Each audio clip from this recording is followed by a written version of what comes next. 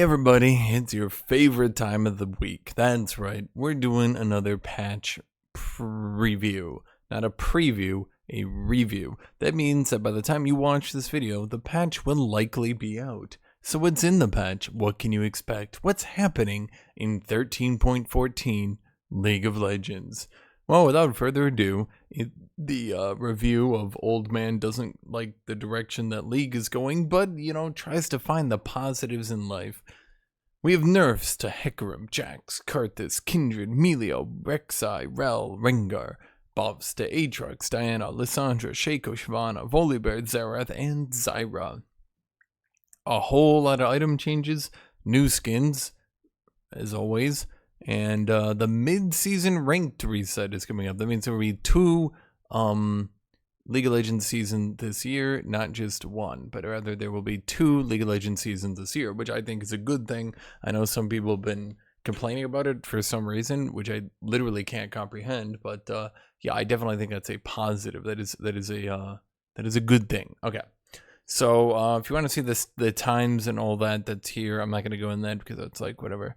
Soul Fighter, the new game mode, Arena. That's right, the 2v2v2v2 game mode is coming out in the next patch. This is, optimistically to me, one of the most interesting things that they've ever released into League of Legends, and is outrageously fun. Expect to see a lot of content on this, because this is really good looking. This is just the mini game for the Tournament of Souls. You can see Gwen and Samira fighting. Okay.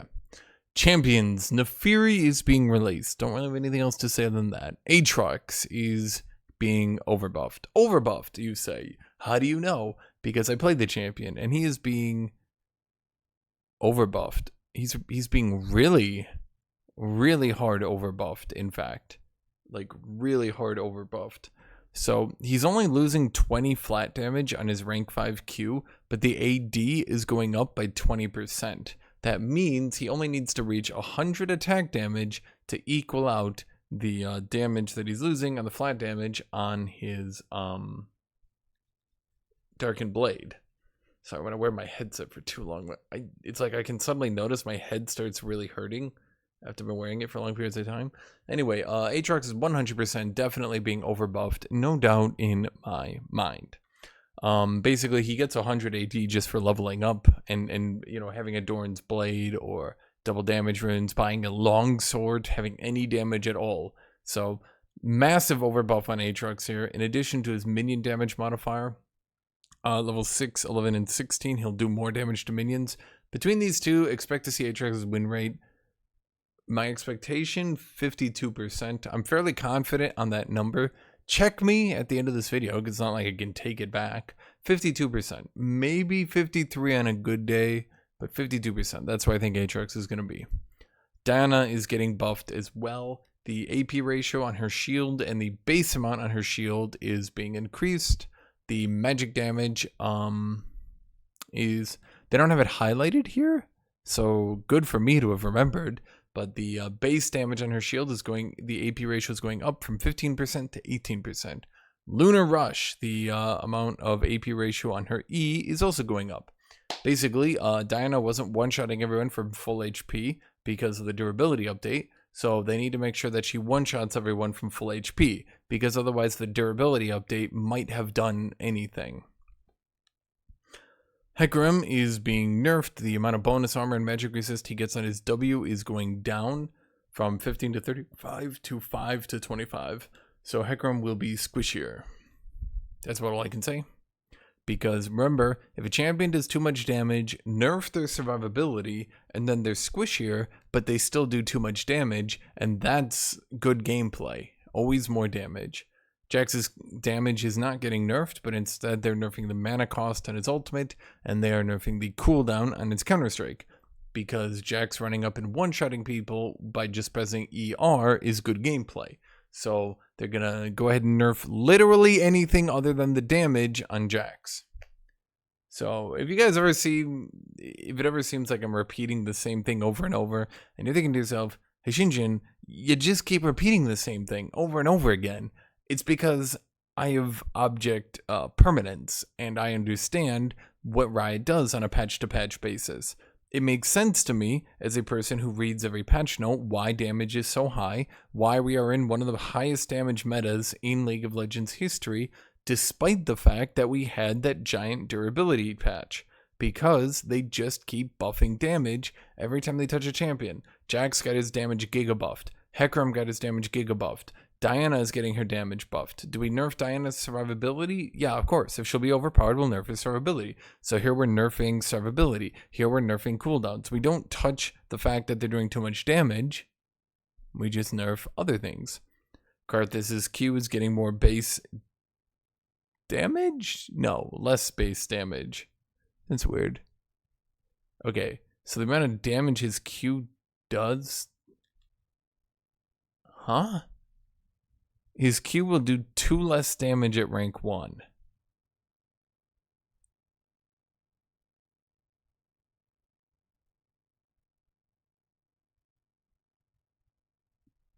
And his Q is losing its monster damage minus 5%.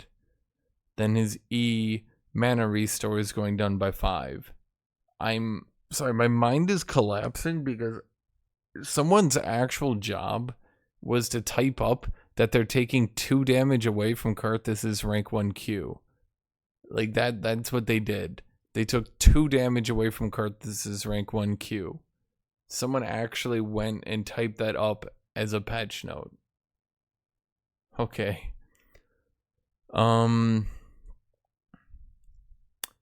Kindred is... Here we go.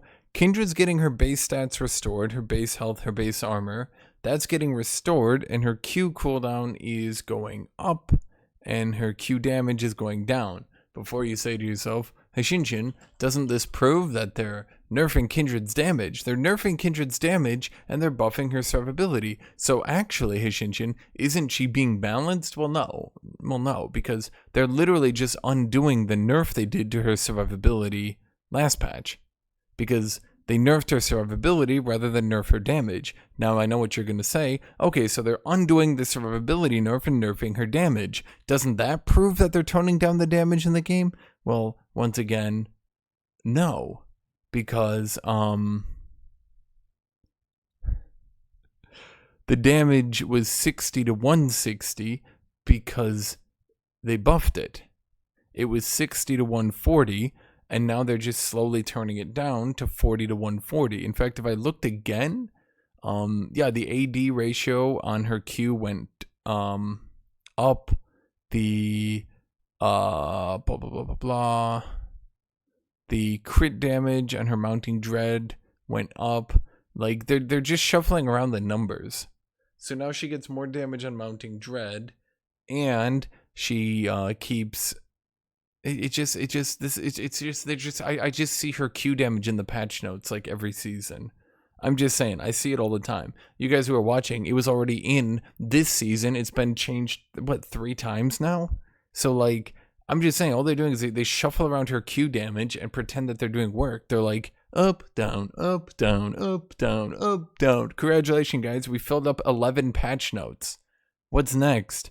Karthus Q damage? Up, down, up, down. Azir W damage? Up, down, up, down. If Azir or Karthus's Q damage is changed in the next 2 patches, someone owes me money. Lissandra is getting buffed. I think this is a pretty significant buff. Okay, so basically her Q slows all enemies hit instead of only the first enemy. The amount that her ultimate heals went up a lot. So her ultimate now heals significantly more. Her Q slows all enemy hits. Her ultimate now ticks 16 times a second rather than 4 to see if someone's in range of it. That's it. So basically, it's not really that big a deal. Like, the ult buff is big, yeah, I'll agree. And the Q slowing everyone is pretty decent, I'll agree. But overall, not that much. Yeah. Melio. Okay, so Melio's getting his damage nerfed on his passive, and then he's getting the movement speed on his warm hugs nerfed. Melio is enormously overpowered, as is basically every new champion. And he seemed to kind of just be going under the radar with no one really talking about him.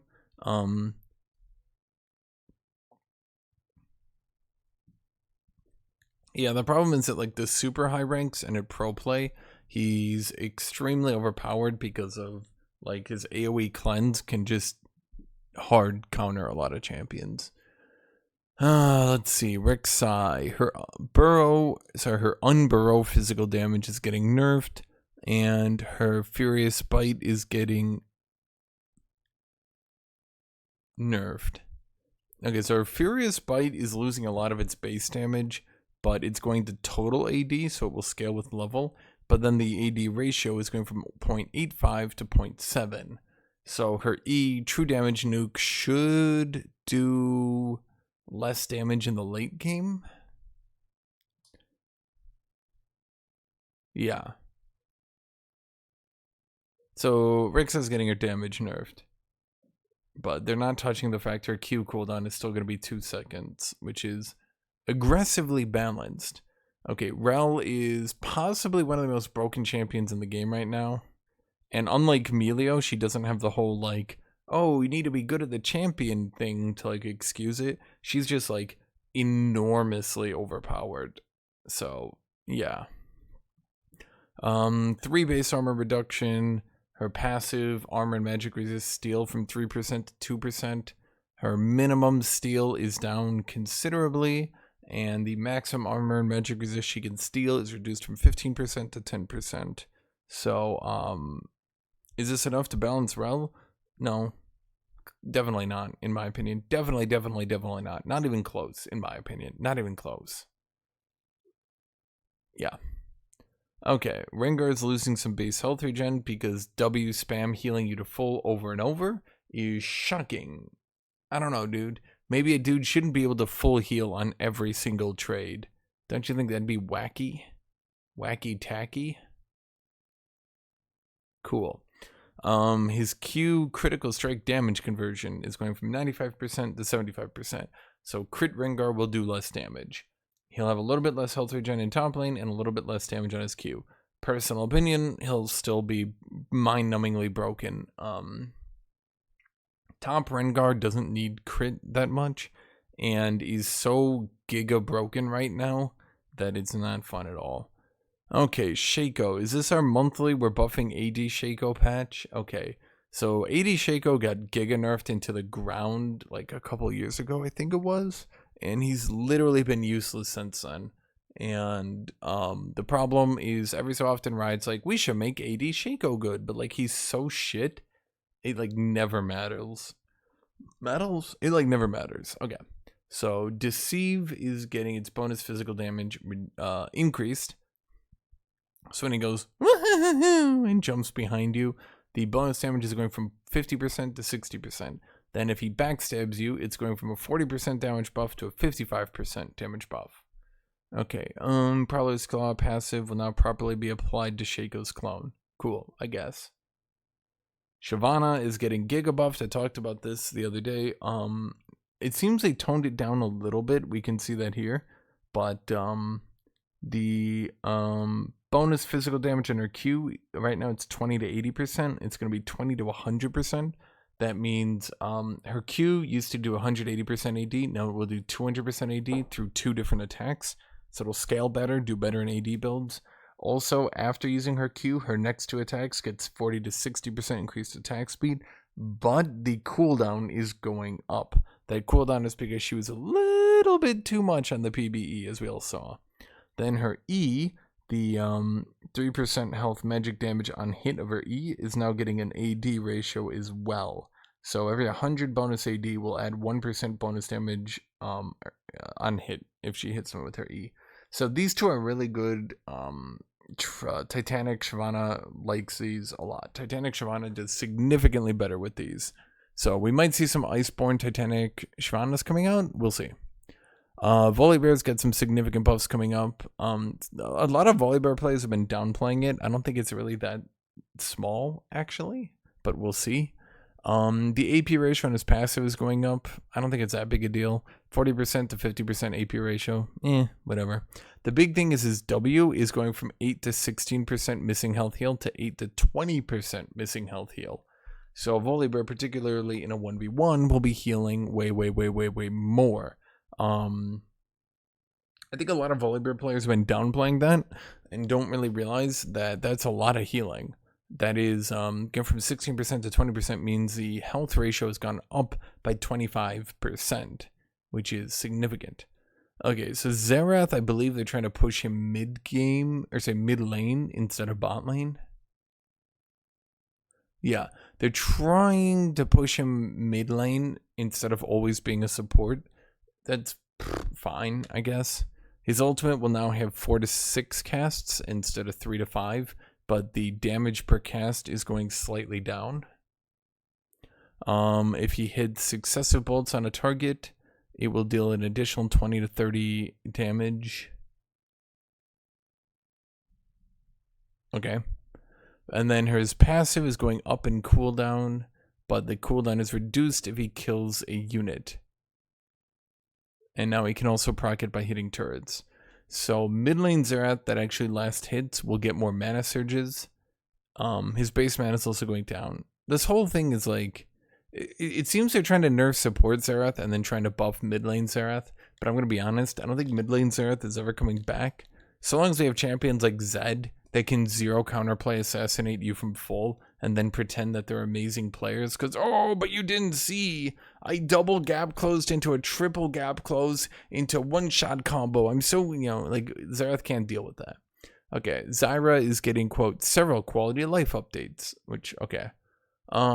Passive, Garden of Thorns. Plant damage from AoE spells, 4 to 3. Plant damage taken from ranged auto attacks, 4 to 5. Huh.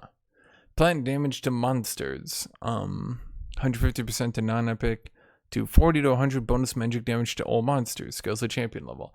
So Zyra will do objectives better, which does help bot lane Zyra. It does help support Zyra, obviously, because doing objectives is always good. Seeds on first rank up for her W. She gets 2 seeds instead of 1, so a slightly better level 2. E no longer locks Zyra out of using flash. So Zyra can E-flash, which, sure, cool, I guess. Her R is now checks 16 times per second instead of 4 times per second if it should deal damage to you, which is good that Ride is going and giving higher tick rate to these older abilities. Pretty good. 16 is still on the lower end, mind you, but it's still good. This game doesn't need a super high tick rate. But maybe a tick rate of 4 is pretty low. Do you know the amount of people that make fun of me and say I'm wrong? League of Legends doesn't have a tick rate of 4. And how many abilities have they updated in like the last 2 or 3 years? Which, yes, unironically had a tick rate of 4 or less even. It's kind of crazy to me that a game where it would only check 4 times a second if you were in range, that meant, I'm not going to go into it. That is extraordinarily low, okay? That is extraordinarily low. That means people frequently could get out of Zyra Ultimate without taking damage. And that's not actually what is supposed to happen. Okay. Axiom Arc is getting buffed. Instead of 20% ult cooldown, it's now 5%, then 40% of total lethality reduction on your ultimate. This will be a buff on Mythic plus Axiom Arc, scaling up to 40% at full build. That's...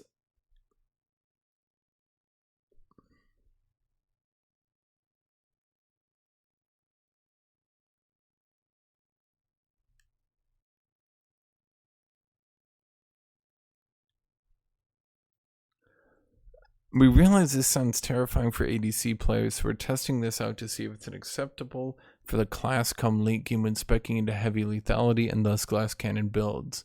The start of the split is a good time to test it, but we'll be keeping a very close idea on these changes.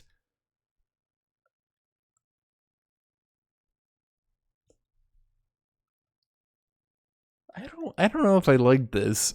I don't think AD Assassins were particularly doing bad, and I don't think it's a good idea that this is going to get buffed.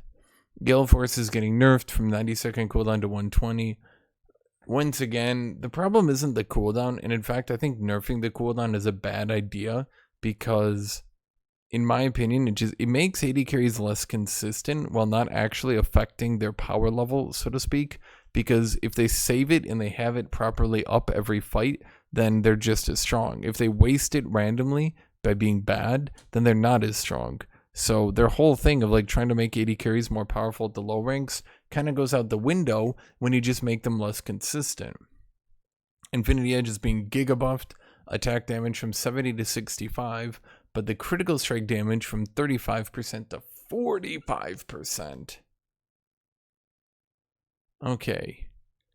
Prowler's Claw is being buffed as well because apparently AD Assassins being really good meant that they weren't really good. Who knew? Randuin's Omen is so bad that an item, oh my god, an item that you build in a crit meta isn't being built in a crit meta because it's so bad. It is so bad. Guys, I promise you, go look at your Randuin's Omen stats after you build it, and you'll notice, oh my god, this is terrible. And I promise you, it will still be terrible. It's an anti-crit item that if you build it into 2 opponents who crit, you will often think to yourself, wow, this sucks. It is a terrible item. I think it needs to go to 15 ability haste. Even if it keeps this buff, I think it needs to go to 15 ability haste. It's like 70% gold efficient. That means if you build this item and you don't get hit by a crit enemy, you are throwing your gold into a well. And that if you do get hit by a crit enemy, it's only as good as a Thornmail. Spear Association is going down in gold cost, going up in health because, let's be blunt, Spear Association is what if Black Cleaver, but worse. Yeah. Spirit Association is getting more magic resist because shockingly nerfing Force of Nature into the ground led a giant gap in MR itemization. There was literally no reason to ever build Spirit Visage ever on any champion because it was so bad. Personally, how about we move that ability haste in Spirit Visage up to 20? Wouldn't that be good, Riot? You could give it more magic resist, that's fine, I guess. But maybe we actually make it a real item?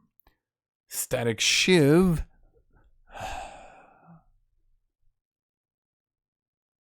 Static Shiv is getting nerfed, but getting more attack speed. So the problem is people going minion dematerializer, then you kill the casters with Static Shiv. Now the problem is this means that it's almost impossible to split push against Static Shiv, and that it is almost impossible to lane against Static Shiv, because you don't lane, they just kill the minion wave and back away. That sucks. I don't believe bringing back Static Shiv was a good idea. People have noticed, maybe not at the low ranks or mid ranks, but at the high ranks, the meta for a very long time now has been to clear the minion waves, which stalls the game out so that you can win.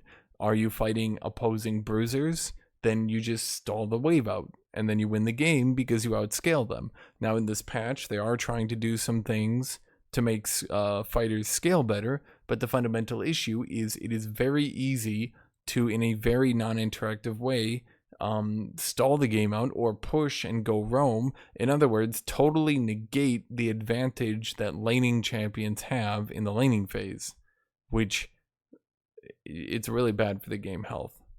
So they're making it deal less damage to minions, and they're giving it slightly more attack speed. Stark's Gauge is getting health and going down in gold cost. I don't think it's enough to like they keep buffing this item, and I don't know, it's like it's not bad, but it's like who cares, I guess. Like the biggest user of Stark's Gauge is Olaf, who doesn't even care that it gives him tenacity now. So like what is a point of getting tenacity at low HP? We're in like the highest damage meta, one of the highest damage metas in all of League of Legends. If you get stunned, even if you proc the Stark's Gauge shield, 90% of the time you just die anyway. I just feel like Riot is playing a different game. It's like they're playing a game where people actually live, right? Where people don't actually just get one shot. It truly feels like they're playing a different game than I am, and it's weird. Trinity Force is being nerfed. The attack speed is going from 35% to 33%. The damage per stack is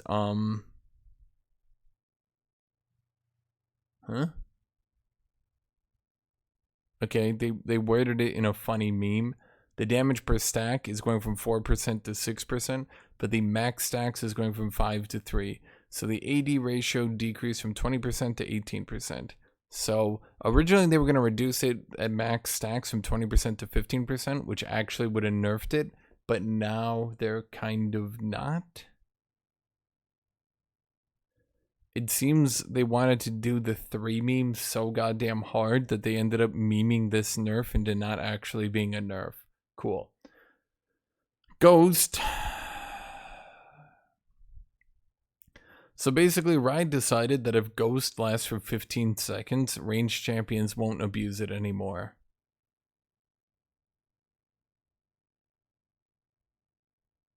I repeat, Riot thinks that by buffing Ghost from 10 seconds to 15 seconds, that ranged champions won't abuse it anymore.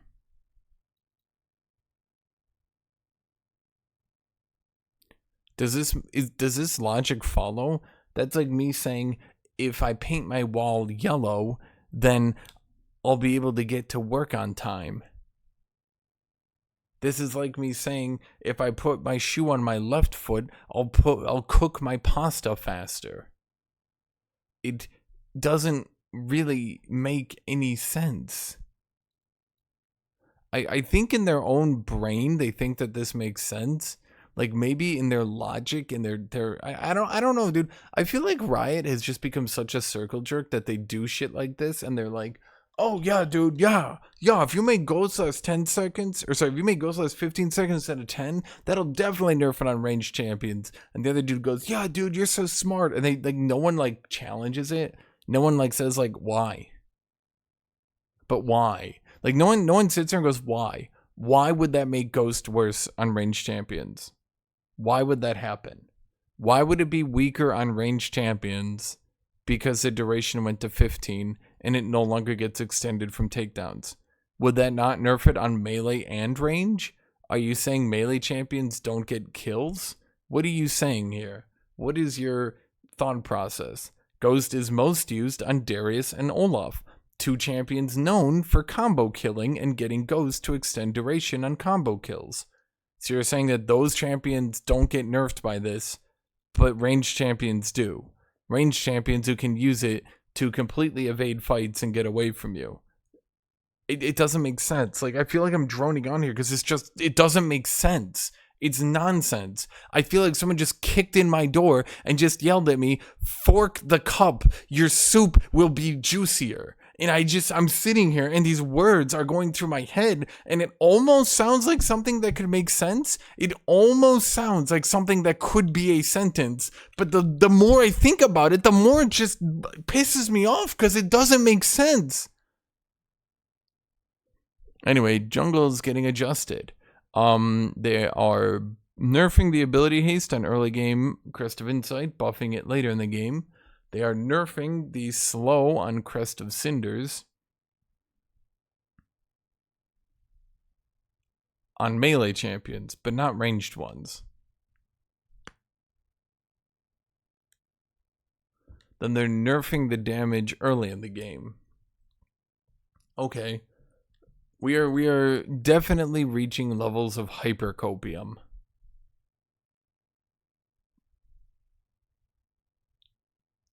I definitely agree this is a way to nerf junglers. But nerfing things that have been in the game for 13 years starts to feel like levels of hypercopium. Do you know how you nerf junglers, Riot? Do you know how you nerf them? You start nerfing junglers every single patch. Every patch you nerf the top 5 junglers. And you do it 1 patch, 2 patch, 3 patch, 4 patch. Ha ha ha. And then you do it for 5 patch, 6 patch, 7 patches, 8 patches. And after half a year, I promise you, if you nerf the top 5 junglers, you will undo the levels of giga power creep that have happened in the jungle. To be clear, let's look at this. If you look at the current best junglers, you will see who's been buffed recently. You did, you did, you did, you did, you did, you did, you did, you did, you did, you did. Wait, they're all getting buffed. Literally every jungler in the top 10 has been buffed recently, which is crazy to me. When you think about it, it's crazy. There's literally no jungler in the top 10 picks. Like, I could go to top lane. Ornn hasn't been buffed recently.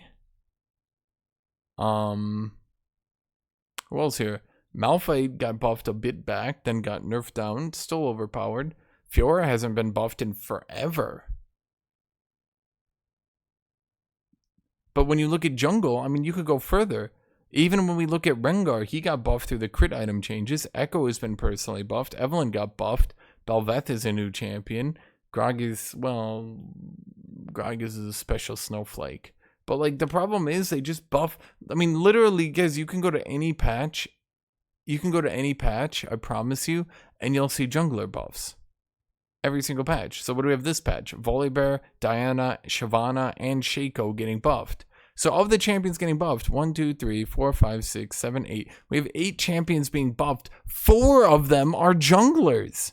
That's crazy to me. It's crazy.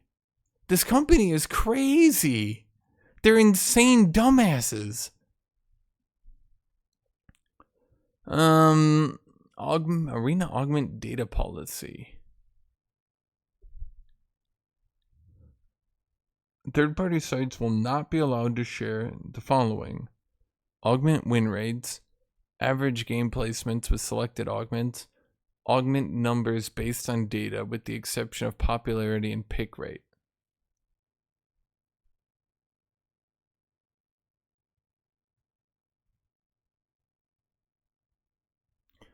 We want to avoid a scenario where data points to a currently optimal choice, since the sheer number of potential combinations of champions, items, and augments is meant to force players to think on their feet as opposed to following a specific script. Okay, I both agree and disagree with this. Let me actually say why I agree with it, and then I'll say why I disagree with it. I do agree with it because there are definitely situations where subpar augments can become really good on certain champions. For example, if you can get your abilities proc item on hit effects, there are some situations where getting that on Aatrox can be good to go Divine Sunderer to hit on a double tank build. Overall, though, it's not good. The thing is, if you look at the win rate data, if you look at the data mine data, you'll see, this is not good on Aatrox. I should not take it. But you don't know that it is good sometimes, just very rarely. So I do agree with the idea that experimentation and trying to do the best with what you can get can be severely hampered. If people are just trying to data mine the best choices, I do agree that data mining can hurt the game mode. On the other hand, there are certain augments that are very clearly overpowered, that if they showed the win rate and they showed the average game placement and they showed the numbers, that they would show that there are some augments which are just blatantly overpowered. Now, do they want these augments to be blatantly overpowered? Maybe. Maybe they just want it to be fun. So, on the other hand, maybe trying to hide bad balance by preventing people from data mining is lazy. So I can see the argument for both of these things. I don't like the idea of restricting websites from data mining the game. I don't like that idea, but I do like the idea of it, if that makes any sense to you. So I definitely think the people who do best at the game mode, the right way to put it is a game mode is random. You can randomly get good and bad augments, but the difference is whether or not you can make use of bad augments by finding suboptimal builds that still work, right? And I definitely think that people only shooting for optimal builds will, in a lot of ways, I think it will hurt the game mode. So, yeah. Bug fixes. Fixed a bug where Yorg's Ghoul's leaping attacks after hitting its E and his Maiden's basic attacks would incorrectly apply lifesteal. I feel like his Maiden and his Ghoul E-charge no longer getting lifesteal does hurt certain Yorick builds and probably should have been shown more, like, clearly. You know what I mean? Okay. Blah, blah, blah, blah, blah. I don't think any of these are very important. Yeah. I don't think any of these are very important. No. Okay, let's look at the skins. Soul Fighter's set. It's set. He's a cat boy. Nothing else to say. Huh. Soul Fighter Samira. It's a Samira skin that didn't get enough quality. See, I feel like they pay really good artists to like draw the skin. But then like, well, I mean, you'll see it later. They're not done very well. Soul Fighter Lux. I'm going to be blatantly honest. I don't know what they're going for with Lux, but okay. I mean, it's cute. It's a different look for her. Lux players have probably gotten pretty bored, let's be real. Because she keeps getting the cute, pretty skins. So it's nice to have like a different look with like the little hat on Lux. Like, I get it. I know what they're going for. Soul Fighter Nefiri. It's Nefiri. I don't really even know what base Nefiri looks like, so this looks good or not. I don't know. Soul Fighter Pike.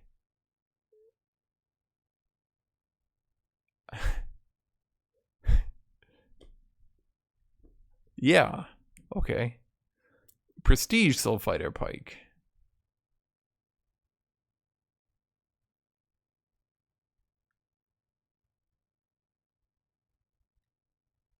Looks cool, I guess. Star Guardian Senna. That came out of nowhere. Okay. I guess. Isn't that Lucian's wife? Okay, now let's look at the in-game. Do. Zooming. So we got set. It's a different look for him. I don't know if it looks good though, but it's a different look. Lux. It really doesn't look like Lux. It's a different look though. Like, I mean, they're going with something different. They're really doing the whole midriff thing here, aren't they? The midriff is being exposed pretty heavily. Pike. It's definitely Pike. Don't think it's not Pike, because that is Pike. Nefiri.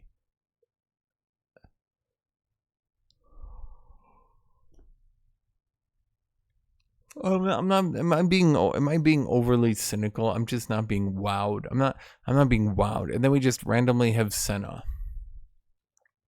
Cool. And that's it. That's this patch.